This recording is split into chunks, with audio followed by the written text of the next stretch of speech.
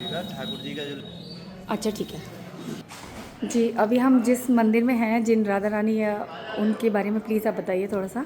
आप जिस मंदिर में खड़े हुए जी। हैं वो श्री राधा जन्मभूमि श्री बृषभानु भवन है। ओके। तो ये बरसाना, जिसको आज हम बरसाना रूप से जानते हैं, इसके 3 नाम रहे शास्त्रों में: बृषभानुपुर, सरसाना और बरसाना। कल्प के प्रारंभ से ही इस जगह का नाम बरसाना बृषभानुपुर रखा गया। उसके उपरांत गर्ग संहिता आदि ग्रंथों में जब श्री जी और ठाकुर जी का प्राकट्य हो गया तो इस जगह का नाम सरसाना हो गया।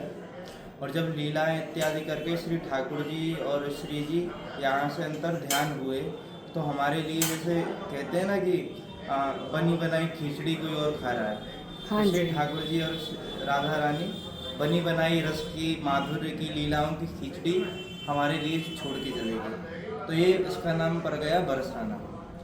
तो कल्प के प्रारंभ से ही बरसाना नाम इसका बृषभानुपुर रखा गया बरसाने का। राजा महिवान के कुल में 8 पुत्र हुए, उनमें से जो सबसे बड़े थे उनका नाम था बृषभान। ये पुराने जन्म में राजा सुचंद्र हुए, जिन्होंने इंद्र की आयु के 10,000 वर्ष तक तपस्या की। उन्हीं की जो पत्नी थी वो पितरों की कन्या कलावती थी, तो कलावती ने भी उनके समान ही तप किया। उतने ही वर्ष इंद्र की, यानी 10,000 वर्ष आयु, यानी हमारा 1 साल जो होता है उसमें 365 दिन होते हैं। और जो देवताओं की आयु होती है उनका 1 दिन में 6 महीने और 1 रात्रि में 6 महीने होते हैं।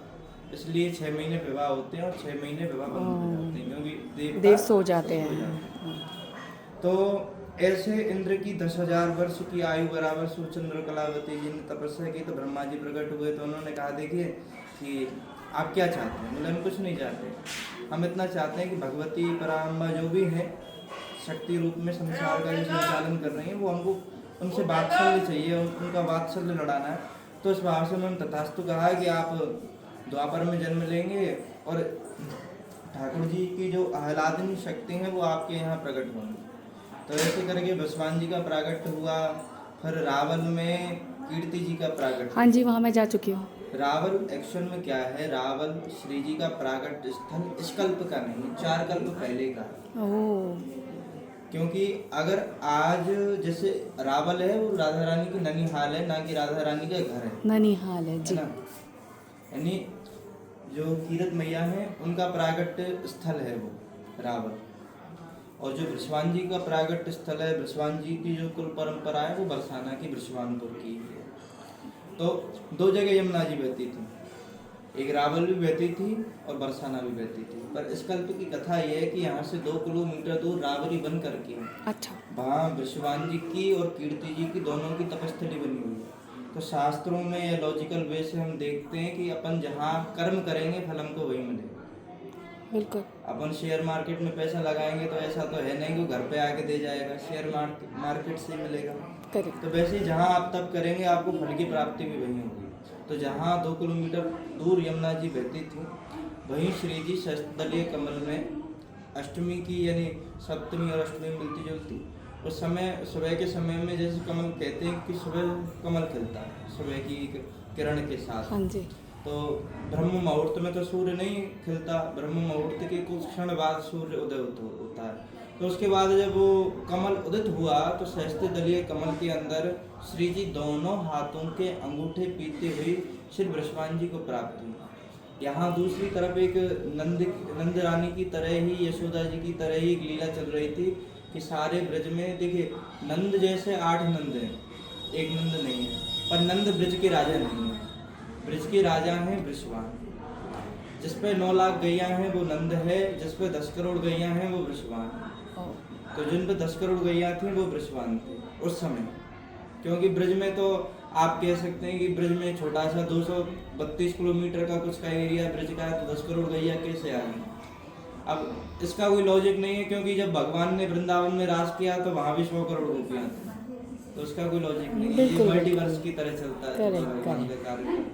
तो जब उसके बाद श्री जी का प्राकट्य हुआ तो एक अलग लीला पूरे ब्रजमंडल में चल रही थी कि जैसे यशोदा के गर्भ में वायु थी, ऐसे ही कीर्ति मैया के गर्भ में भी वायु थी। तो जब श्री जी का वहाँ प्रागट्य हुआ तो वो वहाँ स्नान करने के लिए गए, यहाँ घर में उनका प्रसव चल रहा है। तो योग माया के अनुकंपा से सब भूल गए, बेहोश हो गए, कीर्ति मैया बेहोश हो गए। विश्वान जी को सब याद रहा तो उन्होंने श्री जी को लाके उनके बगल में रख दिया। कमरे से निकल के आए तो उनको भी याद नहीं रहा क्या हुआ क्या नहीं हुआ, क्योंकि लीला में अगर किसी को याद रह जाएगी परमात्मा है तो वात्सल्य इत्यादि के जो भाव है वो लुप्त हो जाएंगे। बिल्कुल, या तो आप भगवान ही बना सकते हो या या इंसान। अपना बच्चा ही बना सकते हो। बिल्कुल तो उस भाव से ये जो एरिया है, अपन नहीं कह सकते कि श्री जी का घर कहाँ था, बट ना हम ब्रज में कहीं नहीं कह सकते कि किसका घर कहाँ पे है, क्योंकि 5000 वर्ष पूर्व हो गए। ये कोई साउथ इंडियन का मंदिर नहीं है कि जहाँ कोई आक्रमण नहीं हुए, कुछ नहीं हुआ, सब हिंदू ही राजा हैं। तो यहाँ जितने भी मुसलमान शासक हुए उन्होंने खूब आतंकवाद किया, यहाँ खूब मंदिर तोड़े, घर तोड़ दिए, पुजारियों को मार दिया, लोगों की लाशों के बराबर जितने ब्राह्मण हैं उनकी जनेऊ उतार के जला दिए गए, बोले तुम नहीं करोगे तुमको मार देंगे। तो ऐसी परिस्थिति में अपन नहीं कह सकते कहाँ पे क्या है। पर ये जो विग्रह हैं इनके मूलभूत रूप से अपन को साक्ष्य मिलते हैं कि 1293 ईस्वी में ये जो मंदिर है, तो सिंधिया राजा के परिवार में कोई राजा रहे होंगे, उन्होंने 1293 में ये प्रांगण बनवाया। उसके साथ और भी बड़ा प्रांगण 8 एकड़ में एक प्रांगण बनवाया पूरा, और वो औरंगजेब ने तोड़ दिया। हमारे पूर्वजों पे जो पुजारी लोग थे उन पे जितना बचा उन्होंने बचा लिया, उसमें से एक ही कमरा बचा, ये मान लो। उसके बाद 1293 से पहले परिक्रमा मार्ग में एक यादवों की हवेली है, खूब बड़ी है, आज भी कुछ लोग रहते हैं पर जीर्णता की पूरी दिशा पे। तो ठाकुर जी उससे पहले वहाँ विराजते थे 1293 से पहले, और उससे भी पहले घेवर वन में विराजते थे। तो ऊपर जिन आप श्री जी के दर्शन करते हो, श्री जी समथिंग 492-93 साल पुराने, इतना ही समय प्रागट्य उनका हुआ है। और आप जिस मंदिर का आज दर्शन कर रहे हो ऊपर, वो सन 1962 में बना हुआ है मंदिर, 1962 में।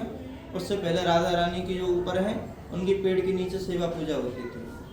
तो ऐसा मान सकते हैं कि यदि आपके पूर्वज इत्यादि वर्षा में कभी जीवन में आए रहे होंगे, आज आपके 3 पीढ़ी पहले कि चलो तीर्थ करने वृंदावन की तरफ, ब्रजधाम की तरफ चले, तो वो ऊपर वाला मंदिर वहाँ उस टाइम नहीं था, यही मंदिर था। इसी के साक्ष्य मिलते हैं अपन को। बस यही है कि अपन जीवन में देखते हैं कि जहाँ चमत्कार है वहाँ नमस्कार है ना।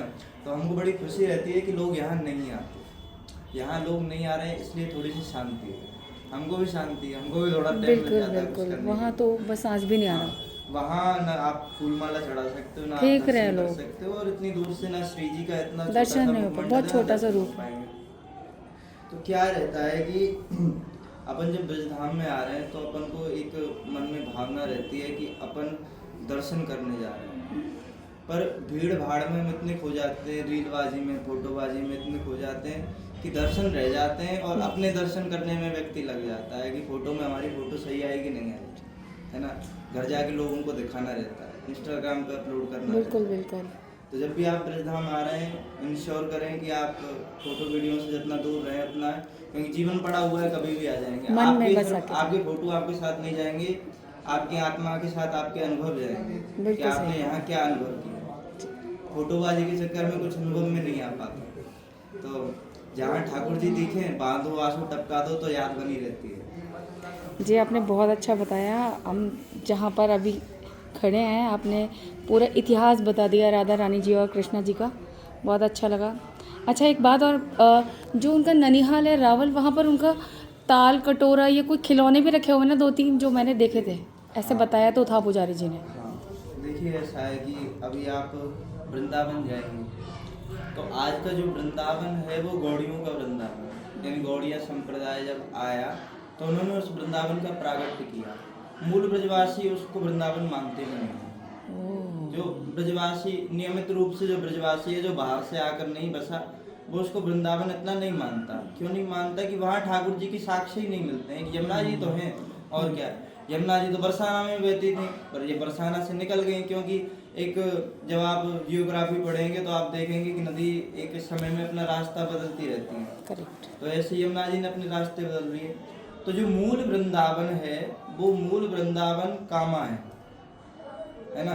ऐसे कहीं कहीं साक्ष्य मिलते हैं, जैसे रावल है तो ऐसा तो नहीं रहा होगा कि श्री जी यहीं रही होंगी, बिल्कुल बरसाना में। भगवान एक जगह तो अब नहीं है। जैसे आप यहाँ से घेवरवन में जाएंगे, घेवरवन में मटकी फूल लीला में जाएंगे तो वहाँ आपको ठाकुर जी की वंशी के चिन्ह भी मिलेंगे, श्री जी के पहाड़ी पे चरण के चिन्ह भी हाँ जी, मिलेंगे, हाँ जी, सब मिलेगा। हाँ जी। पर इस जगह जैसे कि कोई- जहाँ कंस्ट्रक्शन होता रहता है वहाँ चीजें पुरानी बढ़ जाती हैं। चीज़ें हट जाती मिट्टी की हैं। परत चढ़ती हैं तो चीजें बढ़ती रहती हैं।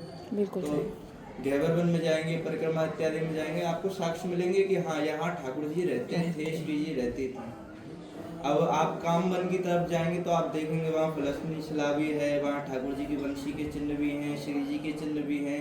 वहाँ से बद्री केदारनाथ जाएंगे हरी जो ठाकुर जी ने स्थापित किए, तो वहाँ आप देखेंगे कि शिला पे बाकायदा इतने बड़े 5 वर्षीय बालक का जितना बड़ा पैर रहता है उतने बड़े पैर के निशान भी हैं। तो सब चीज़ें हैं, पर कुछ लुप्त हो गई हैं, कुछ बच गई हैं। तो जो बच गई हैं अपन उनके दर्शन और उसमें थोड़ा बहुत तात्विक विवेचन कर सकते हैं, और तो कुछ नहीं। जो प्राचीन है वो 84 कोस परिक्रमा की थी मैंने 2 साल पहले, तो मुझे काफ़ी चीज़ें जो आप बता रहे हैं, चरण चिन्ह, कटोरा जिसमें वो दूध पिया उन्होंने जाके ऊपर, वो मैंने भी दर्शन किए। ऐसा रहता है कि आप मानो तो कण कण में भगवान है, आप ना मानो तो किसी चीज में भगवान नहीं है। वो नास्तिक दर्शन वाली बात है कि यावत जीवित सुखम जीवित दृढ़म कृत्वा पेवम घृतेन भस्मीभूतस्य देहस्य पुनरागमन कृत्वा। हम सोचते हैं कि हम कर्म करेंगे अच्छे तो दोबारा से अच्छा जन्म मिलेगा। आज हम बनिए हैं, थोड़ा सा और अच्छा कर्म करेंगे तो शायद अगली बार ठाकुर बन जाए, थोड़ा और अच्छा कर्म करेंगे तो ब्राह्मण बन जाए, पर ब्राह्मण में भी अपना ब्राह्मण बनेगा, थोड़ा सा नेक्स्ट सही सदुपयोग करेंगे तो शायद ठाकुर जी के पास प्राप्ति हो। सेवा। चीजें एक नियम से चलती हैं। तो उसी प्रकार जैसे कि ये सब है, तो अपन जब तक भावना रखेंगे कि ये भगवान का ही है तो ठीक है, नहीं तो भैया अगली जन्म की क्या गारंटी है, घी पियो कर्जे पे पियो भले ही, बिल्कुल नहीं है। तो ये सब अपने मानने की बात है। कुछ लोग कहेंगे तो बना दिए गए हैं पंडे पुजारियों के द्वारा, और ये कहीं से पत्थर ले आए, पर अपन की एक भावना है। भावना। देखिए इन मूर्तियों में क्या है, इन मूर्तियों में कुछ नहीं है, अपन की सिर्फ भावना ही तो है कि हाँ ये श्री जी हैं, हाँ तो ये श्री जी हैं। बिल्कुल ये उसी प्रकार है सत्य कि वचन। अपन की अगर इस ब्रज धाम में भावना है कि ठाकुर जी का ये स्थान है तो हाँ ये ठाकुर जी का स्थान है। और अगर हमारी भावना नहीं है तो हजारों कोशिश करने पर भी हमको कुछ नहीं नहीं दिखेगा। मिलेगा। और जो मानते हैं, जिनका दृढ़ विश्वास है, उनको सब कुछ दिखता है। बिल्कुल ऐसे। राधे राधे। जय हो मैम जी।